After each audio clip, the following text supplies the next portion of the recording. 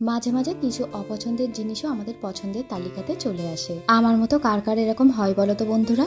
বেশ কয়েকদিন হলো একটা শীতের আমেজ চলে এসেছে। অনেকটা বেলা হয়েছে আর অনেকগুলো কাজ এগিয়েও ফেলেছি। এবার রান্নাঘরে যাব।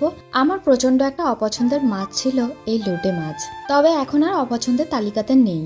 রান্নাটা করতে করতে সমস্ত গল্প তোমাদের সঙ্গে করব। একটু আদা রসুন বাটা, নুন আর হলুদ দিয়ে সর্ষের তেল দিয়েছি আর ভালোভাবে মেখে নিয়ে একটুখানি জল দিয়ে গ্যাসের মধ্যে বসিয়ে দেব।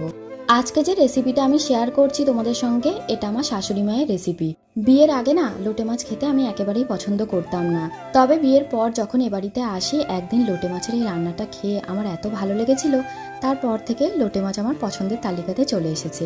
সকাল থেকে উঠে বেশ কিছু রান্না আমি এগিয়ে ফেলেছি, আর এখন এই যে গরম তেলের মধ্যে আলু, পেঁয়াজ, কাঁচা লঙ্কা সমস্ত কিছু দিয়ে একটু নুন হলুদ দিয়ে হালকা নাড়াচাড়া করে ঢাকা দিয়ে রাখবো। সানায়া কি করছে একটু দেখতে আসলাম, এসে দেখি ড্রয়িং করছে। স্কুলে তো এখন পুজোর ছুটি চলছে, সেই ভাইফোঁটার পরে স্কুল খুলবে। লোটে মাছটা হয়ে গিয়েছে, হালকা একটু মশলা দিয়ে ভাপিয়ে নিয়েছি।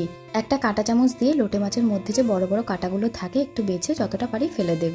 আলুটা ভালোই ভাজা ভাজা হয়ে গিয়েছে, এবার কাঁটা বেছে রাখা লোটে মাছটাকে নিয়ে আলুর মধ্যে দিয়ে দেব। তোমরা হয়তো অনেকেই রান্নাটা করে থাকো, তবে আমি যেভাবে করি তোমাদের সঙ্গে সেটাই শেয়ার করলাম। লোটে মাছের ঝুড়ি প্রায় কমপ্লিট।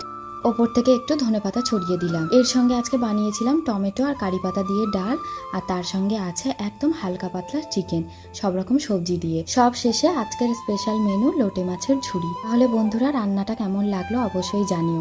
আবার দেখা হবে পরের ভিডিওতে।